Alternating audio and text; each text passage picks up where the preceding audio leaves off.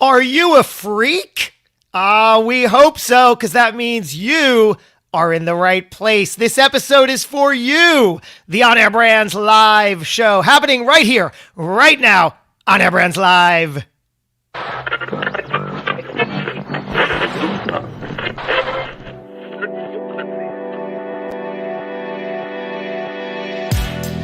are now tuned in to the On Air Brands podcast.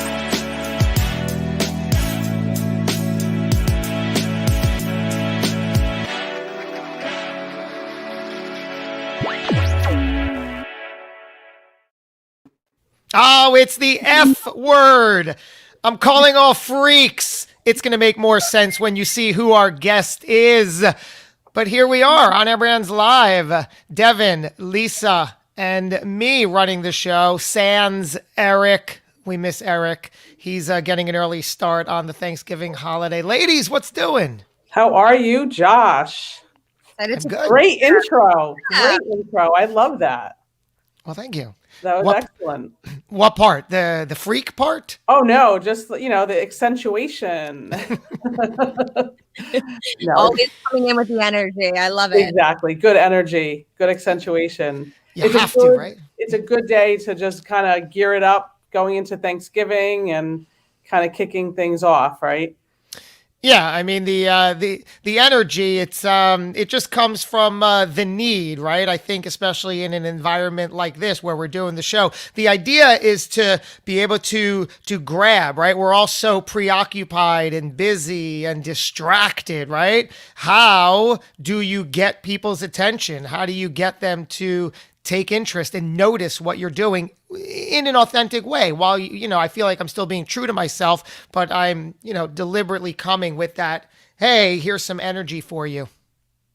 Well, I love it too, because people feed off of energy too. So when you bring the good energy, it definitely puts other people in a positive place as well. So good. We love to be surrounded by you.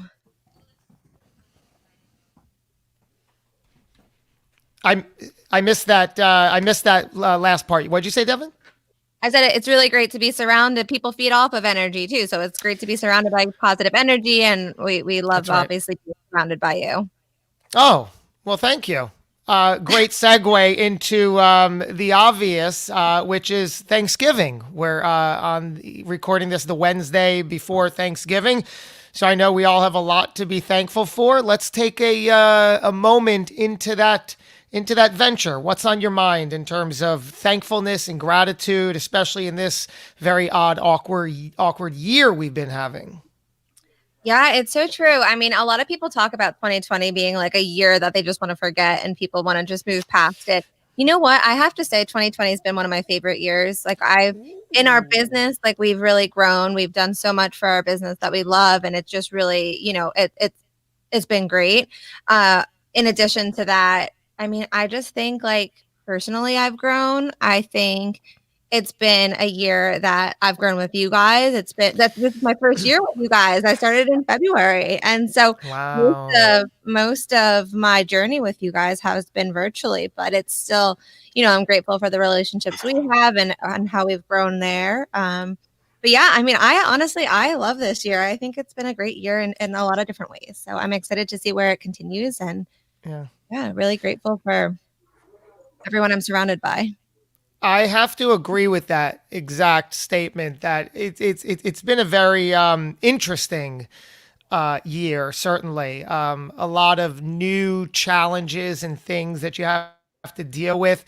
But personally, I think that we're all going to come out ahead looking back on it, and it'll just be a blip on our life's radar. We were talking about our children. I have a 7-year-old and a 5-year-old, and what do they know, right? About like, hey, you're going here, you have to wear the mask. They're in school, they have to wear the mask. So that's a very new experience to them. They can't have the play dates that they were used to having. They can't go to Climb Zone and to the trampoline park and all those places that they're so used to going. So on one level, as a parent, you can easily get into the trap of thinking, well, they're being neglected. They don't have the right experience. First of all, from the outside looking in, man, I think they're taking it miraculously.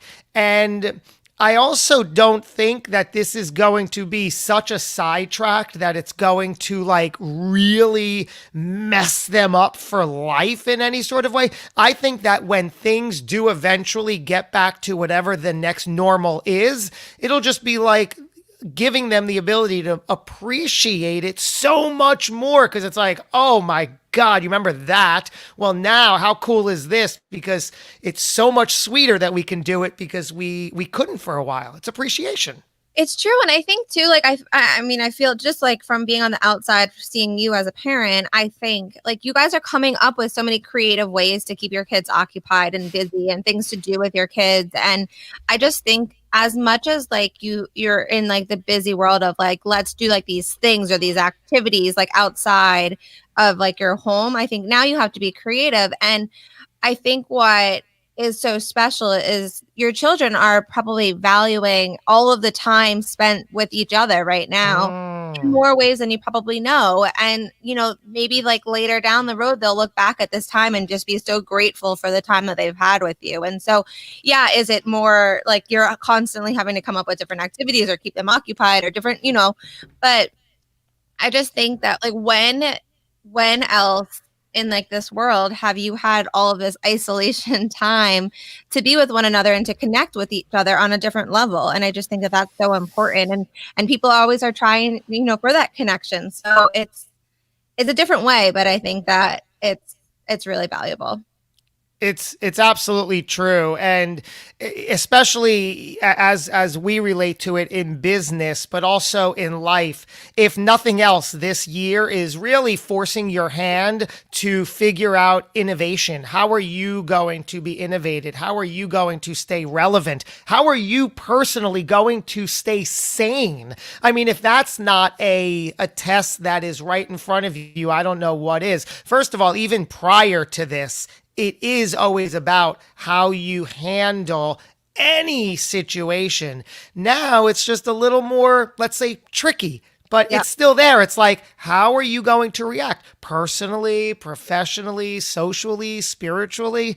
That's all it is. It's true. And you don't know what's coming too. I mean, people are talking about like another lockdown. Who knows if that's going to happen or not? But like, you know what? We've done it once before. We know we could do it again. And you know, there's so many more, like, it's almost like it's silly, but like, there's so many things. I'm like, okay, if we have another lockdown, these are the things I'm going to do on this lockdown, you know, like, it's almost like you prepare for it now. And it's not a negative. It's really just taking the situation and turning it into a positive and seeing how you can expand personally, how you can expand in your relationships, how you can expand in your business. I think, you know, all of that for me has grown. And I think the biggest testament is really to the people that I surround myself with. And so I'm super grateful for that, because it's constantly keeping my mind in the right place. It's keeping my mind, you know, moving and growing, and you know, that then helps like business, that helps relationships, that helps everything. So I just think your mind is so powerful, and it can easily be turned into a negative what's happened this year. But I'm super grateful for where my mind's at right now, and That's right. all the people that I've surrounded myself with this year, because it's been a great year. I know, isn't Amazing. that, you can't imagine that you're saying that, but it actually is true. And, you know, and I apologize, I had some tech difficulties there, but I think we're back on track. I think for me, I'm thankful for the On Air Brands team and for you guys. I think something major that I learned this year was the ability to shift. And I saw how we had developed one business model of, you know, doing live events, and we shifted, and it became, you know, a completely different event in some ways, but but the spirit of it remained the same. And it really showed me firsthand how you can shift your business, how you can shift your mindset. And so I think that's impacted me in my real estate business and in other ventures that I'm working on. And I am thankful for that, because, you know, you only get that from the people you surround yourself with. And so that's a big takeaway for me this year. It's so true. I love what you said too, because I feel like we always talk about this, but you are the master connector, and the contacts that you have, I feel like you've really even massage them, in lack of a better way to put it, but you've really grown those relationships. And I feel like by growing those relationships, it's grown into more things than you could have imagined. And maybe that's because you had the extra time to do that. And it really is a testament to who you are, but it shows just kind of where you can go in the year. On that note, let's bring our guest on board. You'll know exactly why I called all the freaks out there, self, present company included.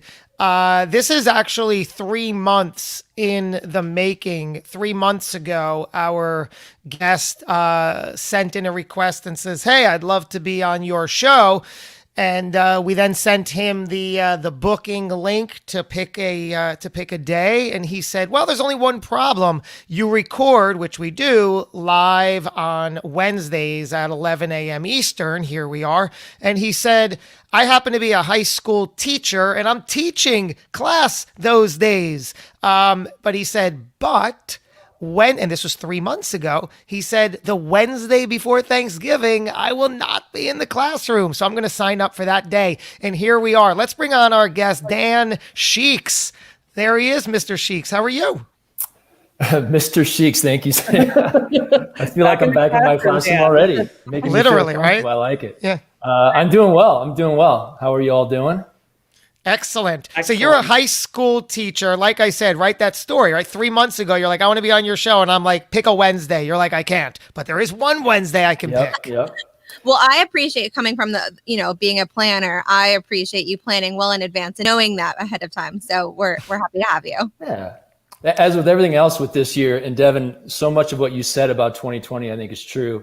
I think the big plot twist here is that 2020 will end up being one of the best years of our lives. It's taught us so many, how to get through these challenges, how to be patient, how to innovate, how to persevere. And, when things get back to, like you said, Josh, the new normal, whatever the heck that's going to be, I think we will look back at 2020 and say, you know what, there was a lot of growth there. There's a lot of opportunity.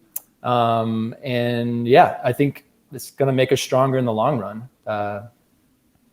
I appreciate that. So What do you? It's so true. What do you teach in high school? I teach business classes. So right now I'm teaching marketing, personal finance, and entrepreneurship. I did not know those are in high school. Are those literally taught in regular public school? Yeah, I get that a lot. When I was in high school, way back when, I guess my school did have accounting, which I took, but that was really the only business class available. But now in your larger cities, your larger schools, there will be a number of business classes that you can take. My school has several. They are electives, right? So not everybody takes them. But it's a great opportunity for those who have an interest in business or entrepreneurship and stuff like that. Now, the personal finance class, and I don't know if we want to go down this road, but we do. In my opinion, it's almost criminal that we don't require our high school students to take a semester-long personal finance class in order to graduate from high school.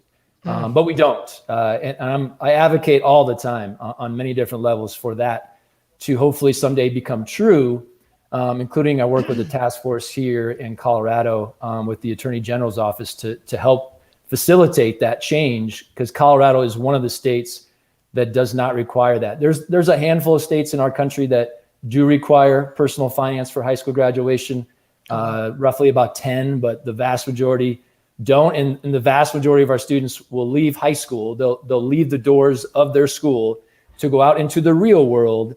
And the school likes to say, well, we've prepared them as best we can, but they don't know anything about personal finance. They're financially illiterate. And it is, like I said, borderline criminal. I don't get it. Well, I do. I know the reasons behind it. I don't agree with them, but can you tell us kind of where we're at. What are the reasons? There's not one. The biggest reason, I think, with a lot of different things, public education is no different. Some things come down to money and politics. Are the policymakers for public education, our state legislator and things like that, they are held accountable for. Really, it comes down to data. And so, how do our students perform on standardized tests? And standardized tests focus on reading, writing, math, and science. There's not a single question in an ACT, an SAT, or state standardized test that has to do with personal finance. And that's, I don't get it, but that's the way it is. So the people who are, trying to get reelected, or they want to stay on the school board, or they want to be, they want to be a successful school principal, these people are kind of handcuffed by data. And the data is, how do we compare, we being a school, a district, a state, or a country, how do we compare to others when it comes to math scores and science scores and reading and writing? And personal finance doesn't factor in. So it's kind of the redheaded stepchild that gets left behind, and it's never really prioritized, which is too bad. It's too bad. There are other reasons too. That tried and true.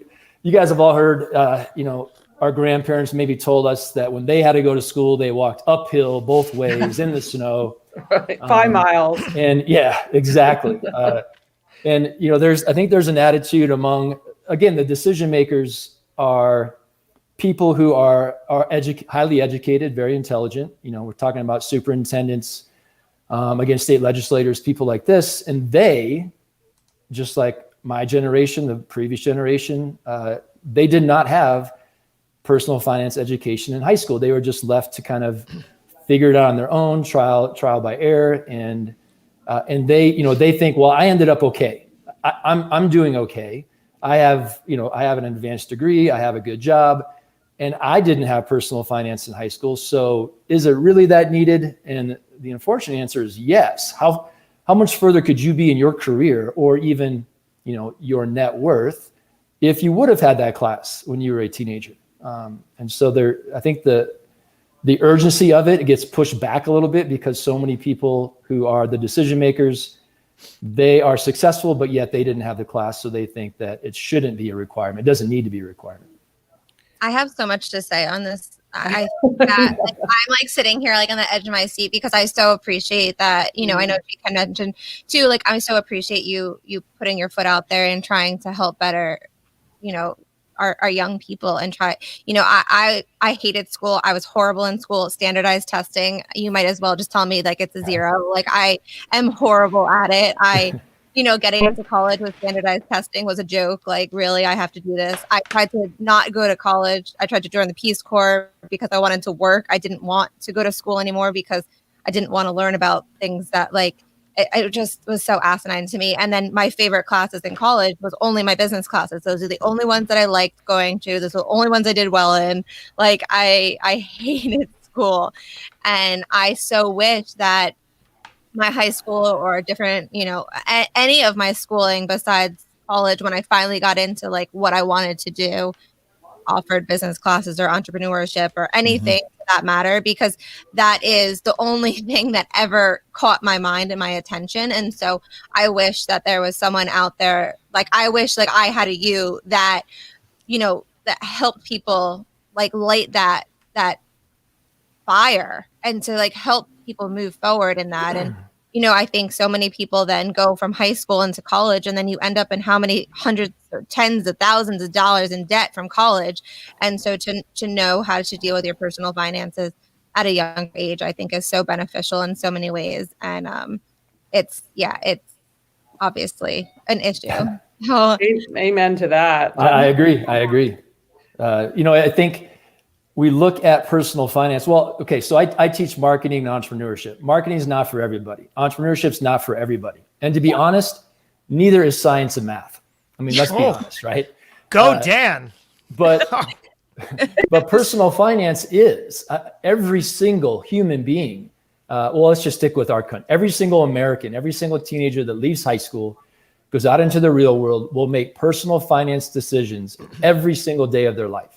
Whether that's buying a sandwich for lunch, or whether that's, even the decision of today, I'm not going to start saving for retirement. That's a financial decision that affects them for years and decades of their life. We're making financial decisions every day that we're alive. But yet it's not a requirement. And I compare it to health. Health in my state of Colorado, health ironically is a requirement for high school graduation, because at some point in time, people said, our graduates, they have to think about health every day. They have to make decisions about their health every single day, what they eat, whether they exercise, mental health, everything else. So that's a requirement. That makes sense to me. But you know what else is a daily decision is personal finance. It affects our future. It affects our happiness. It affects our ability to give back and volunteer. It affects so many aspects of our lives, but yet it is not a requirement. So I do what I can to just spread the message and spread financial literacy to whoever's willing to listen. I focused on young people. Obviously, that's my passion is working with teenagers. I've been doing it for quite a while. I love it. It's fun. It's rewarding. And so, yeah, I do what I can. I do what I can. Let's connect these dots. Is that because I started the show talking about freaks? The reference is your brand is Sheiks Freaks. Is this how and why? So that's your brand where you teach young people about all kinds of personal finance, which is what we're talking about. So outside of the classroom, is that what Sheiks Freaks is and represents and how and why it got started? You nailed it. Yes, exactly. I hit some pretty, I wouldn't even call them roadblocks. I would say they were brick walls. I approached some decision makers in my world about this idea of making personal finance a requirement, and I hit some mile thick brick walls. I basically was said, absolutely not. We think it's a horrible idea. We'll never support it. Okay. I'm not going to break that barrier anytime soon. So, what else could I do? Well, there's the internet. There's, so I started a blog site. I did name it Sheiks Freaks, which, just to take a little sidebar, that name came because, my last name is Sheiks, and I wanted it to be memorable. I'm a marketing teacher. Brands that rhyme are sometimes easy to remember. But really, when it comes down to it, the young people that pay attention, the young people that are curious and motivated to learn about money and their personal finance, that's not normal. Most teenagers don't want to hear anything about money. They just want to live and they want to be free, and they don't want to be hindered by, what is my future financial situation going to be? It's not normal. It's very abnormal for young people to think about their financial future. So if you do pay attention to it and you're out there learning about your finances, you're kind of a freak, right? You're different in a good way. You're a freak in a very good way. So that's where the name came from. Is there any other way? You know what? Freak? No, let's just go with no. There's no other way to. They're all good freaks. Lisa, you have a son who's probably in this demographic, or is she frozen, or is she very happy? Frozen.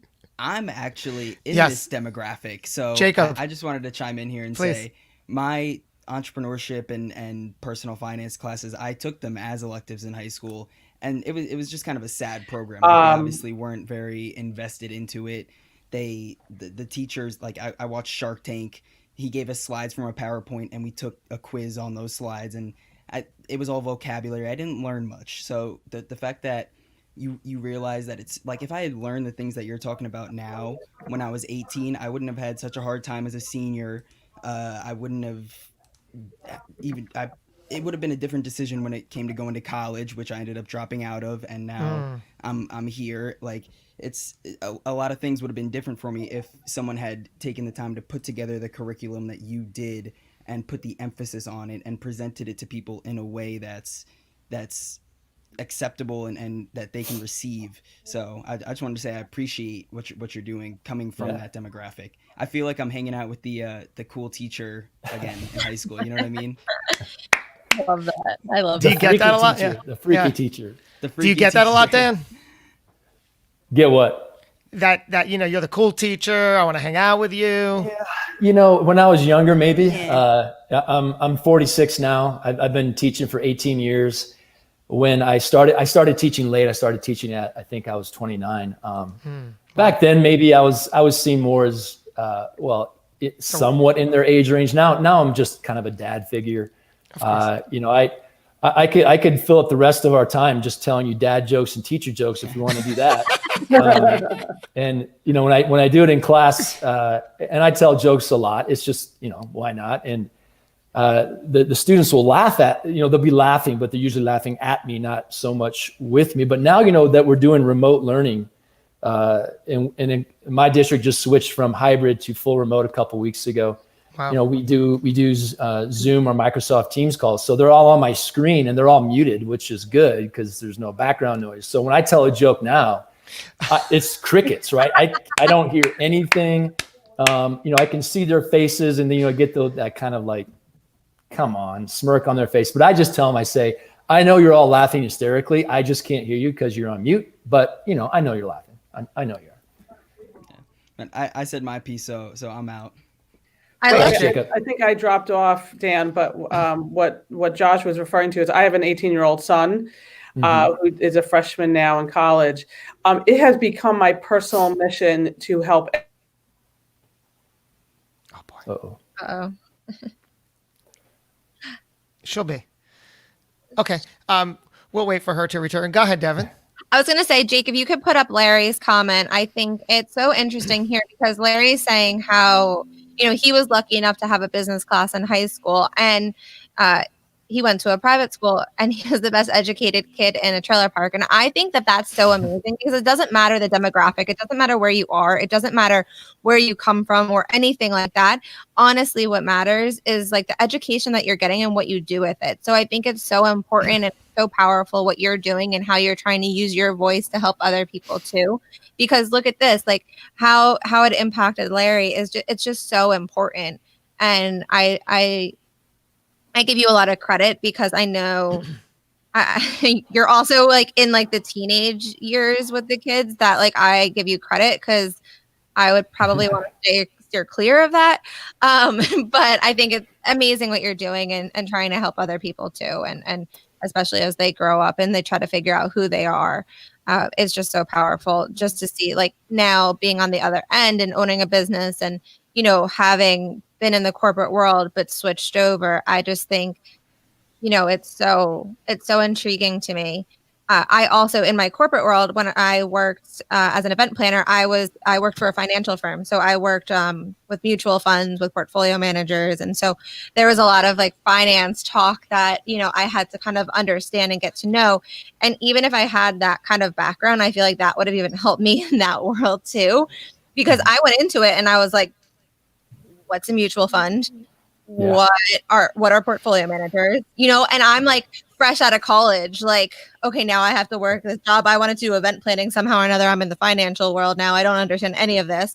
And so it was really, I looking at it, yes, did I want to plan other events? I did, but it actually was so beneficial because I learned so much about finance that like, it just like helped round me out. Like it helped in so many different ways. And so I think, what you're doing at such a younger age is so beneficial for people.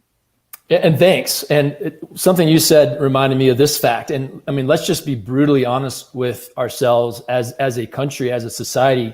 The young people that need personal finance education the most. And I mean, since it's not taught in schools, really, I mean, some states have figured it out. Kudos to them. Most states have not. We're left to learn it either from our parents, the parents didn't have personal finance education. So if they happen to have learned along the way, they can pass that down to their kids, or you just left to figure it out for yourself. And, trial by fire kind of thing, which is not the way. It's just so important. That's not the way to do it. But our young people who need this education the most are low income teenagers or low income youth. Their parents they're probably low income because the parents have very little financial literacy themselves. And so they're not getting it at home. They're not getting it at school. And it's kind of a downward spiral for them because they have nowhere to go to get this information. It is available online for free in a lot of different platforms, Sheiks Freaks being one of them. But again, going back to the statement, young people aren't really motivated to learn about money. So unless someone's sitting them down, either in a classroom or at home, and telling them, here's the strategies you need to know, here's how money works, here's what you need to be doing now to set yourself up for a bright financial future, they don't get it at all. And the low-income young people in our country who need it the most are the least likely to get it in our current system. And that's just too bad. Yeah. Dan, do you have kids? I do not. You Nope. do not. So it's so interesting to me because so Peely had commented too. I mean, she's amazing in the real estate space, amazing mom, and amazing in like the health space. She's, incredible. And so what would you say? So her children are younger, not in the teens yet. Like, what would you say for like a parent who have younger kids? Like, how can you help them kind of grow their like financial, how can you help your kids get into that mindset at a younger age? It's a great question. There are, like I said, a number of different websites and books out there for parents to access. These resources are great in teaching parents how to teach their kids about money at a young age. I am not an expert with, let's say under 13 years old. I teach high school. So, but he absolutely should be teaching, the basic money principles starting at a very early age, 5 or 6 even. And so I would tell her just, Google, personal finance for my children, and you're gonna find a plethora of resources to help someone do that. I love that. And my realtor actually, her children, well, she has one daughter who's younger than 13. And it's so interesting to me because she's constantly like, if she closes a deal, her daughter gets, I think it's $20 or something. But like, it's like, it helps one saving. They see like how you have to work to get the money, and it shows like there's just different like things that she does throughout the transactions that help her daughter like realize like what a dollar is and how to save and different things. And so it's just so interesting to me about like how you really impact children at a young age to help them understand what finances are and how to kind of. Yeah, it should start very early. It really should. And then as they get older, you're giving them slightly more complex strategies and concepts to think about and learn. And I love the teenagers because they can actually start doing stuff, at 16, 17 years old. 18 is the magic age when you can actually go into a bank and open your own bank account without a parent being present. You can start an investing brokerage account at 18. You can do a lot at 18, but even before that, they can, with parent permission or parent co-signing on a bank account, they can start doing that. They can even become.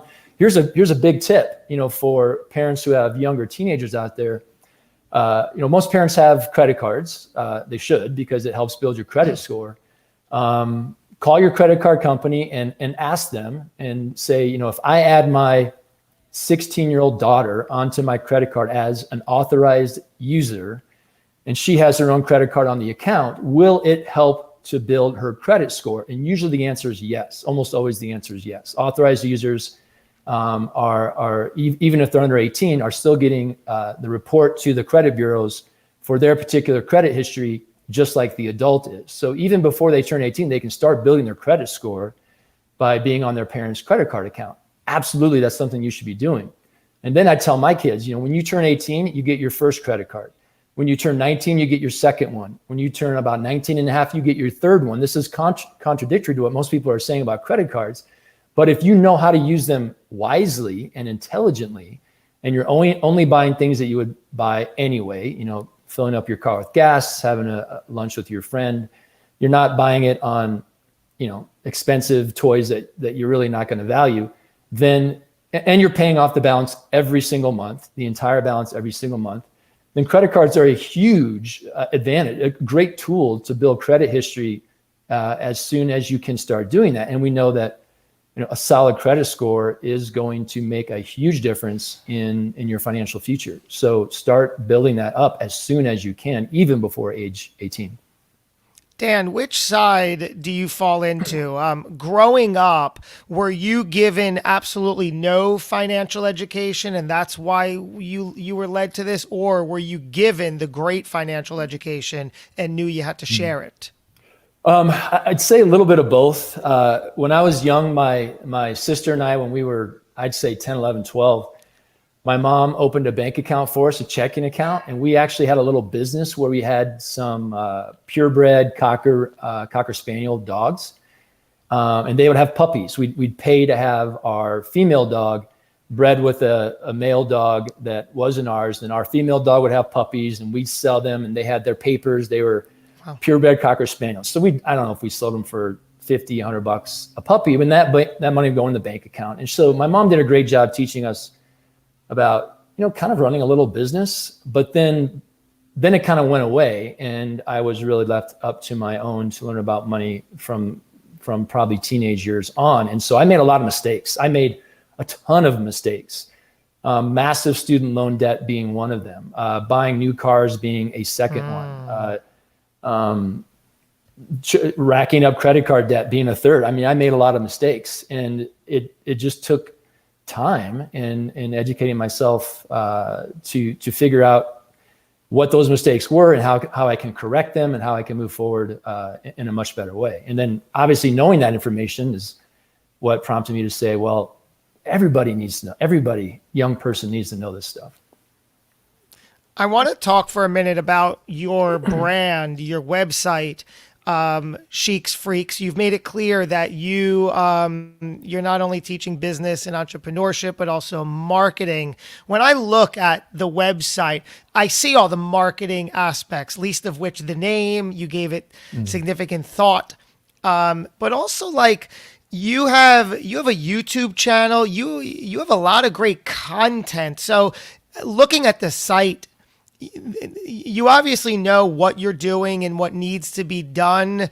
Tell me about the strategy and the way that the site and the brand works now in relation to your main job. How, like, because I know like on your videos you have some younger people actually doing the content in the videos. So talk to me about what's the inner workings of that brand. Yeah, well, I'll start with your most recent point first.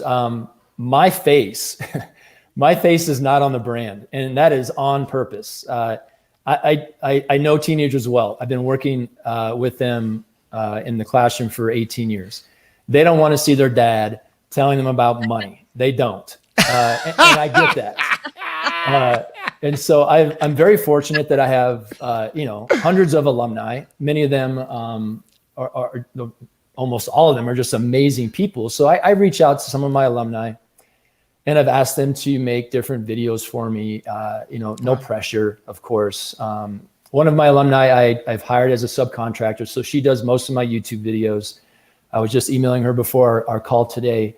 And so, I write the blog posts and I put them up on the website. The website originally was just a blog website, and now it's about 4 months ago, we redid the website. So now it has a lot more features embedded in the website. It's not just a blog site. But it really starts with the blog articles. Then my alumni, Sam, she'll kind of take the article, make it into a YouTube video. We put it on YouTube. We have a great Instagram account going. Because that's where young people are, right? They're on Instagram, they're on YouTube, and even Snapchat and TikTok, which I haven't yet gotten into, but down the road that'll be part of the brand, I'm sure. And the information we're trying to communicate really works best with YouTube. And the YouTube piece of our brand is relatively new. I really just launched that about a month ago, and so it's got a long way to go. We started off this conversation talking about 2020 being, having some opportunities. And honestly, when we went on lockdown or stay at home last March, and my school district, probably mid to late March, everybody was at home. And we were teaching from home from the first time in our careers, and we really just didn't know what we were doing. We had no clue. And so we were just trying to get by, and we had no idea if we'd be back in 2 weeks, in 2 months, or if we'd finish out the last school year at home, which we did. And so I had a lot of extra time in March, April, May at home. And then obviously with the summer, I had the summers off as a teacher. And so that was an opportunity for me to really say, okay, I'm going to get serious about this Sheiks Freaks brand. The website already existed. I started that December of 2019. So it was up there, but I really started hammering out some good blog posts and came up with a new logo, but we're going through a new logo redesign as we speak, and really had time to reach out to alumni, network even with other professionals who are on the, we're all on the same mission here, and take it to another level. So 2020 for me has been the launching pad, the springboard for the brand. And, you said, Josh, that it seems like I know what I'm doing. I'll be honest, I kind of don't. I've never started a digital brand in my life. Oh, wow. I've learned a lot about Instagram. I had my own personal Instagram account before, I still do, but launching a brand on Instagram has been a learning experience. YouTube as well, the website as well. And, at the end of the day, I just do the best I can. I do have a full-time job.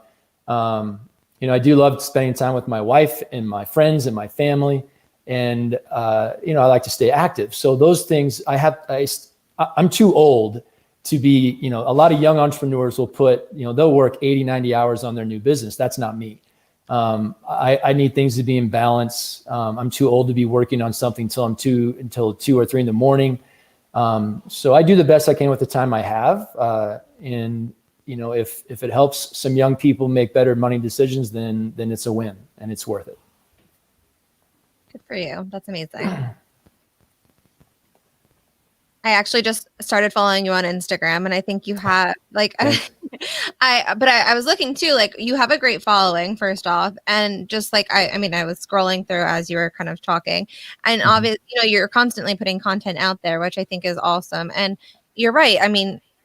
You're targeting younger, teenagers. And I think that's exactly where, I think of any teenager, they're on Instagram more than they're talking, or they're on TikTok or YouTube more than they're talking. I give Jake credit all the time too, because if Jake has a question, he just goes on YouTube and figures it out. And so coming from a demographic that you're targeting, I think it's super powerful, and it's so smart.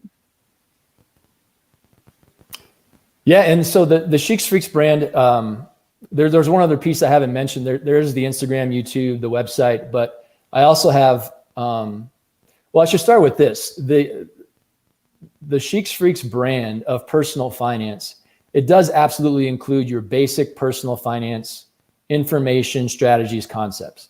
We mentioned credit cards and credit score, checking accounts, savings accounts, and some basic investing strategies. But one of my passions is the FIRE movement.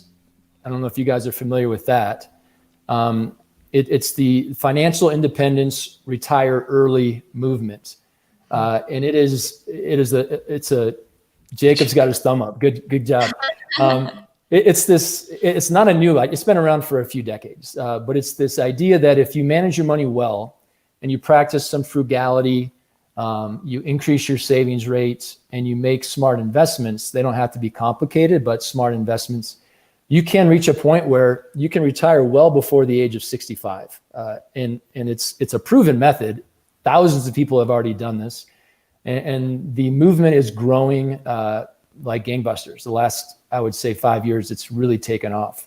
There's communities out there that are just about this early financial independence movement. And so a lot of the concepts, and my wife and I are part of that community. And a lot of what I put then on the Sheiks Freaks platforms, blog posts, videos, aligns with the mentality of you don't have to work 9 to 5 till you're 65. That option exists, the typical American dream, and there's nothing wrong with it. It is definitely a proven method, and many people live happy lives working until they're 65. But there is another option of handling your money differently, being more intentional with how you spend your money, how you save your money, how you invest your money, so that you can reach financial independence, which is a point at which you no longer have to work. You can reach that point much earlier in life, decades before you're 65 even. And so I'm incorporating those concepts and those strategies into the Sheiks Freaks platforms as well. And honestly, we'll probably talk about the book I'm writing for Bigger Pockets. The book is for teenagers, but it's a personal finance book, but it's an early financial independence book. So it goes into those strategies and how how a teenager can plan their financial future so that they, again, you can't work, financial independence isn't about not working. It's about having the option to work how you want to, when you want to, for whom you want to, for how many hours you want to. And getting there at an early age and then having the freedom to decide how you want to spend your time is what that book and really what Sheiks Freaks is all about. So the Bigger Pockets connection, the On Air Brands Foundation, Eric, who is not here, he built On Air Brands out of the gate with a big connection to Bigger Pockets. Even to this day, he comes from the real estate space, and that's where he tapped into to create On Air Brands. And then the Pod Max brand that we've built has roots with a lot of those people. Eric was on the Bigger Pockets podcast recently, speaks very highly of that. So when you mentioned that, it was a welcome tie-in. How did you get connected to them? That's a great story. But first, I will say, the way I found you guys On Air Brands is through that podcast on Bigger Pockets, the Bigger Pockets podcast, where I think Eric was the guest. That's how I learned about what you're doing and then I reached out to you. So cool. I love that. Yeah. I mean, we're just kind of different branches of the same tree, That's right. So the connection with Bigger Pockets started. Bigger Pockets is headquartered in Denver, where I live, and that's a huge advantage. My wife and I, we do invest in real estate. We do a lot of real estate investing, actually, and we started doing that about 4 or 5 years ago. Actually, right before we found Bigger Pockets, and then when we found Bigger Pockets, our real estate investing portfolio just kind of took off, and we kind of put the pedal to the metal with that investing strategy. We are big proponents of real estate investing. We do other investments, but that's a big one for us. And so Bigger Pockets, they had their headquarters downtown Denver. So they were having a meetup, and we saw it on the website. So we signed up, and my wife and I went down to Bigger Pockets. And I met at that meetup, I met one of the employees there. His name's Craig, who's become a very good friend of mine. And we started a relationship. And I said, Craig, and he was pursuing early financial independence, and he was crushing it. And he, at the time, I think might have been 24. And so I said, Craig, you need to come into my classroom. You're coming. You're going to come talk to my kids and my students about what you're doing, how you're doing it, why you're doing it, and what the advantages of early financial independence are, and these personal finance concepts that you're living. And so Craig came in, he talked, and he did a great job. And then I said, well, I need you to come in next year, and I want you to come in on a regular basis. And he said, absolutely. And he invited his boss, Scott Trench, who is now, at the time he was not, but now is the CEO and president of Bigger Pockets. And Scott and Craig have been coming into my classroom on a regular basis ever since. And I'm super grateful for both of them for doing that and sharing their wisdom with my students. Because my students see my face every day. They get tired of hearing me talk about stuff. If you're a parent, you understand what I'm saying right now. Parents and teachers aren't too much alike. You can tell a teenager something 15 times as a parent and a teacher, and then that guest comes in and says the same thing, and all of a sudden the students are like, well, why didn't you ever tell us? I did. I told you 5 times. Yeah.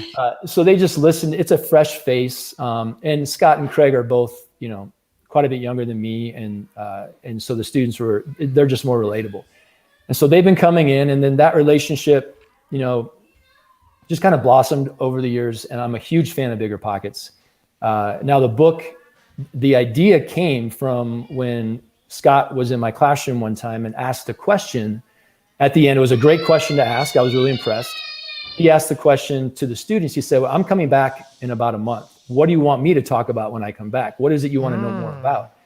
And one of the students raised his hand and said, he said, I get what you're saying. These concepts make sense to me. I'm on board. I'm sold.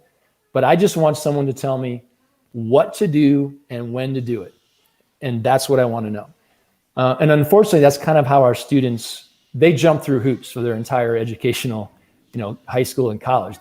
Tell me what to do, when to do it, I'll do it, give me the A, and I'll move on. And so the idea was born in my mind of there should be a checklist for these students to pursue financial independence, at an early age, tell them what to do, when to do it. And so that was the original idea of the book. Now it's grown into much more than that. And the book now, there's going to be two. The first one is really just the foundation, and the second one will be more of the checklist or roadmap. Not sure what it'll be called yet, but the first book, which is just the foundation of some personal finance, basic concepts, and then an introduction to early financial independence and the strategies behind that. That's the book I'm finishing up right now, and it'll be launched. It'll be released late next year. Well, I'm really glad we got this 3 months in the making on the books. As we wrap it up here, Dan, you're obviously making some rounds on shows, on podcasts. What's in it for you? What do you like the message to be left as for the person listening? Great, and thanks for having me, Josh and Devin. What's in it for me really is this is a way to give back. My wife and I are very fortunate. We're extremely blessed, and we've made some good financial decisions. And you know we're doing well. And you know the book, the Sheiks Freaks brand, the platforms, it's all just a way of giving back and helping young people make better decisions. And you know it's very rewarding when I get emails or DMs or texts of young people who are so appreciative of getting that, and you can see that it's making a difference in their lives. And so the main goal of mine is just to let students know there are options out there for you to learn about money and how it works and how to maximize your financial future.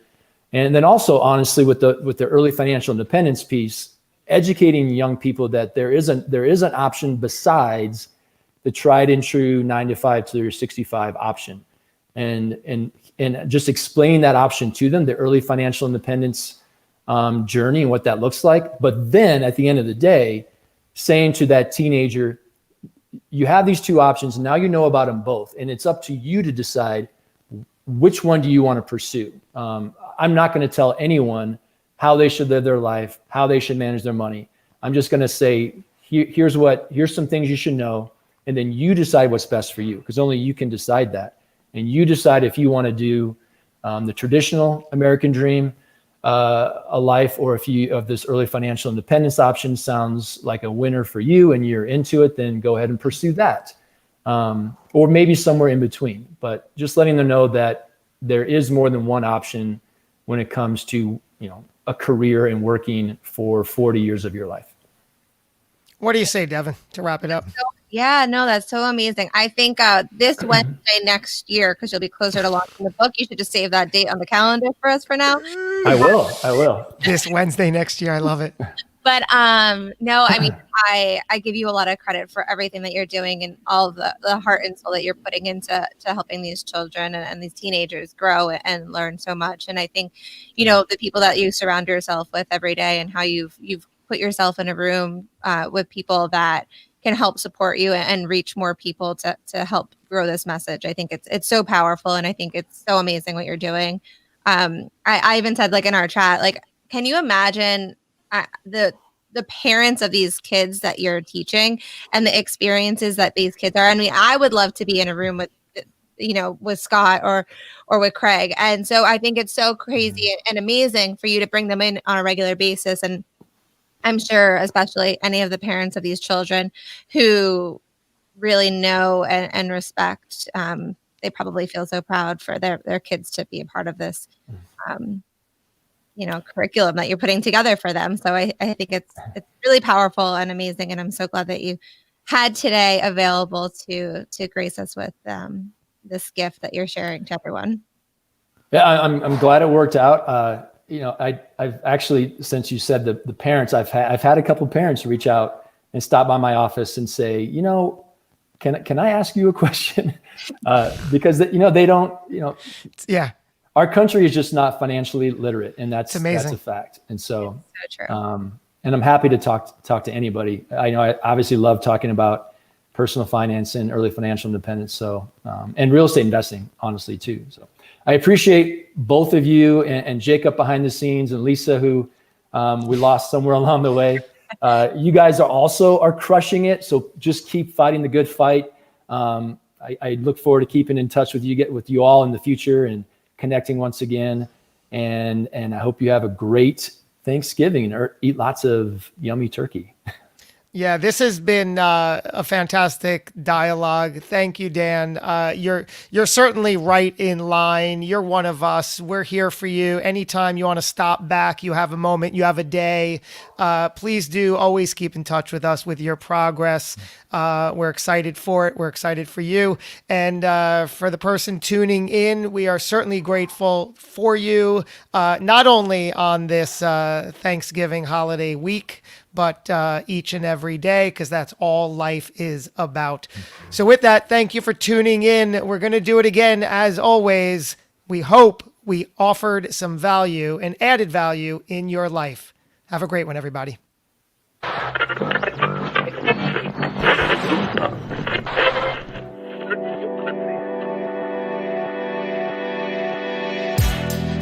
now tuned in to the On Air Brands podcast.